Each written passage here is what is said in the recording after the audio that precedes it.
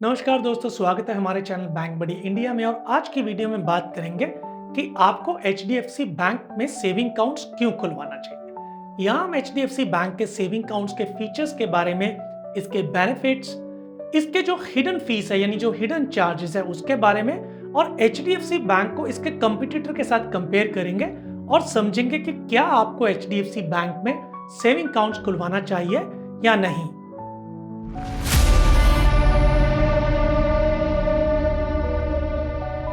दोस्तों, सबसे पहले हम बात करते हैं HDFC bank saving accounts features के बारे में। देखिए, फीचर्स में सबसे पहले आता है ब्रांच नेटवर्क। देखिए, एचडीएफसी बैंक जो है नंबर 1 प्राइवेट सेक्टर बैंक है, वहीं इसका जो ब्रांच नेटवर्क है वो 9400 से ज्यादा का है। यानी आप कश्मीर से कन्याकुमारी तक कहीं भी चले जाएं, आपको एचडीएफसी बैंक की ब्रांच मिलेगी। इसके अलावा 24/7 आप नेट बैंकिंग या मोबाइल बैंकिंग के द्वारा भी कोई भी जो अपनी ट्रांजेक्शन्स है वो कर सकते हैं।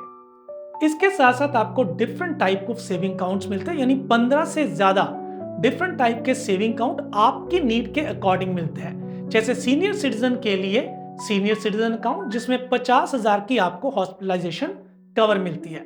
इसके साथ साथ यदि आप स्पेशल सीनियर सिटीजन अकाउंट खुलवाते हैं तो आपको जो साइबर इंश्योरेंस मिलती है वो 1.5 लाख की मिलती है। यानी कभी भी आपके अकाउंट में या आपके फोन पे ऐसा कोई लिंक आया और आपसे धोखाधड़ी हो जाए तो 1.5 लाख रुपए तक का जो इंश्योरेंस कवर आपको मिलता है वो पैसा इंश्योरेंस द्वारा आपको वापस कर दिया जाएगा।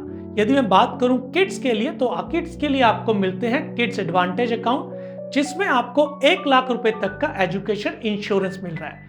वहीं यदि आप सुपर किड्स अकाउंट खोलते हैं तो वहां आपको 5 लाख रुपए तक का इंश्योरेंस कवर मिलता है।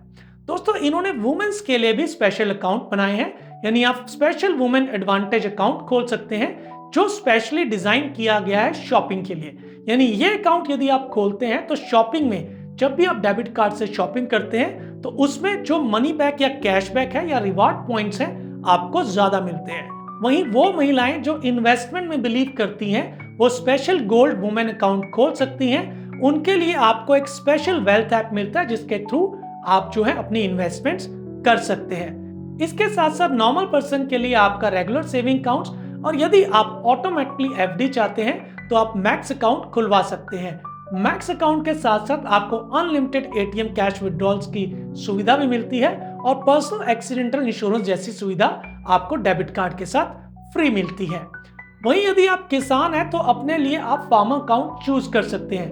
देखिए, फार्मर अकाउंट में आपको मंथली बैलेंस मेंटेन नहीं करना होता, इसमें आपको हाफ ईयरली जो बैलेंस है वो मेंटेन करना होता है। देखिए, इसका फायदा ये होता है क्योंकि फार्मर्स की जो क्रॉप है वो 6 महीने में रोटेट होती है और जब उसका एक्चुअल पैसा होता है तो उस हिसाब से उसका बैलेंस मेंटेन हो जाता है और उसको कोई भी चार्जेस नहीं लगते।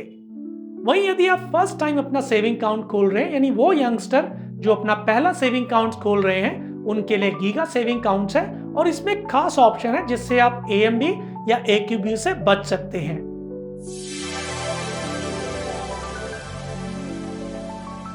अब हम बात करते हैं एचडीएफसी बैंक के सेविंग अकाउंट्स के बेनिफिट की। देखिए, इसमें आपको जो इंस्टेंट पर्सनल लोन है उसकी सुविधा मिलती है। यानी जब भी आप अपना सेविंग अकाउंट 6 महीने या 1 साल तक चलाते हो तो आपकी ट्रांजैक्शन के बेस पे आपको नेट बैंकिंग पे ही लोन के ऑफर आ जाते हैं। देखिए, लिंक बेस्ड लोन होता है, यानी आपको कुछ नहीं करना होता, आपको लिंक पे क्लिक करना है, आपने अपना सिर्फ लोन का टेन्योर और लोन का अमाउंट चूज करना है और सबमिट बटन करना है।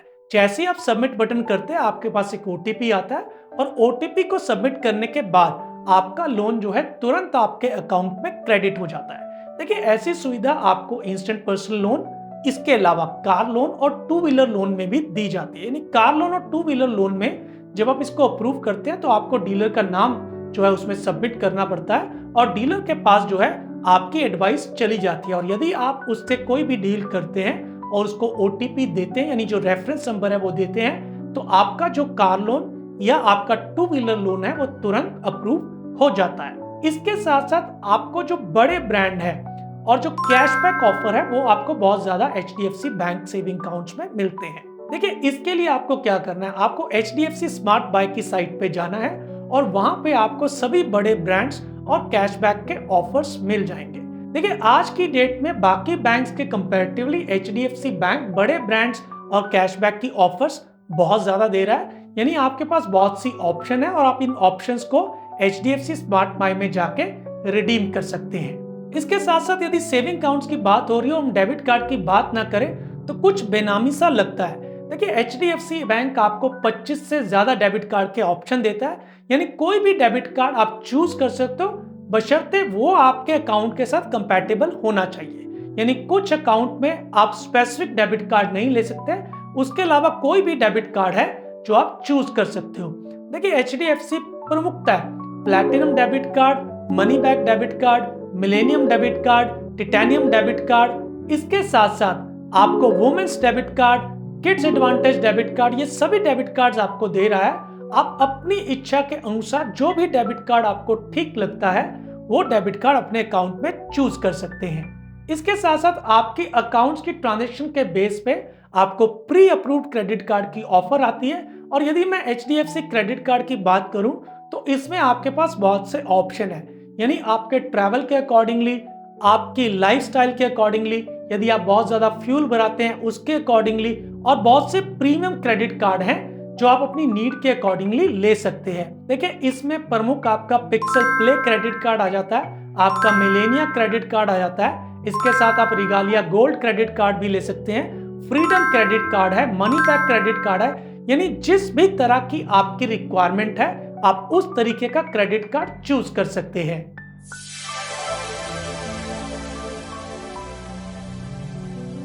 अब हम बात करते हैं इसके हिडन फीस की, यानी हिडन चार्जेस की।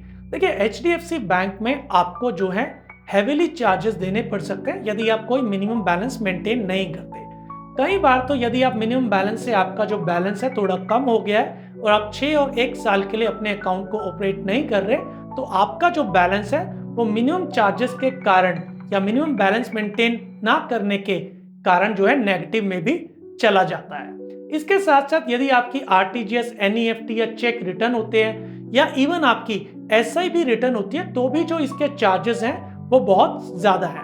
यानी और बैंकों के साथ यदि आप कंपेयर करेंगे तो HDFC बैंक के जो चार्जेस हैं आपको बहुत ज्यादा पड़ते हैं। इसके साथ साथ यदि मैं हिडन फीस या हिडन चार्जेस की बात करूं तो नॉर्मली सारे के सारे चार्जेस आपको साइट पे मिल जाएंगे, लेकिन जब आप कोई भी अकाउंट ओपन करते हैं तो आपको कुछ जो चार्जेस हैं वो सेल्स एग्जीक्यूटिव या बैंक ऑफिशियल द्वारा नहीं बताए जाते।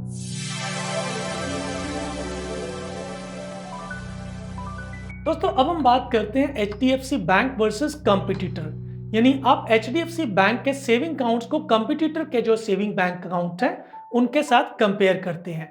यहाँ हमने HDFC बैंक के साथ ICICI बैंक लिया है क्योंकि यह भी एक प्राइवेट सेक्टर बैंक है और कंपैरेटिवली दोनों बैंक जो है एक साथ स्टार्ट हुए थे।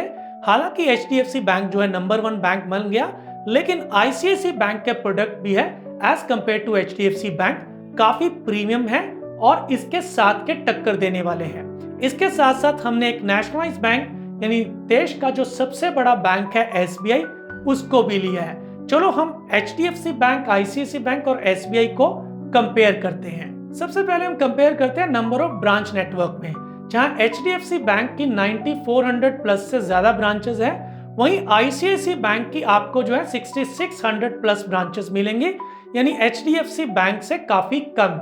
वहीं यदि हम बात करें SBI की तो SBI की 22,000 से ज्यादा ब्रांचेस आपको मिलेंगी। यदि हम ब्रांच की बात करें तो HDFC बैंक जो है SBI से काफी पिछड़ता हुआ दिखाई देता है। दोस्तों अब हम बात करते हैं नेट बैंकिंग के फीचर्स की। देखिए नेट बैंकिंग में HDFC बैंक और ICICI बैंक दोनों की नेट बैंकिंग बहुत बेहतर है और बहुत सुचारू रूप से चलती है। वहीं यदि मैं SBI की बात करूं तो एक बेसिक बैंकिंग आप कह सकते हैं, यानी इन दोनों के कंपैरेटिवली इनकी नेट बैंकिंग एक बेसिक लेवल की है। लेकिन यदि आपको कोई भी अपना बैंकिंग का काम करना है तो तीनों बैंक्स में आप नेट बैंकिंग पे आराम से उस कार्य को संपन्न कर सकते हैं।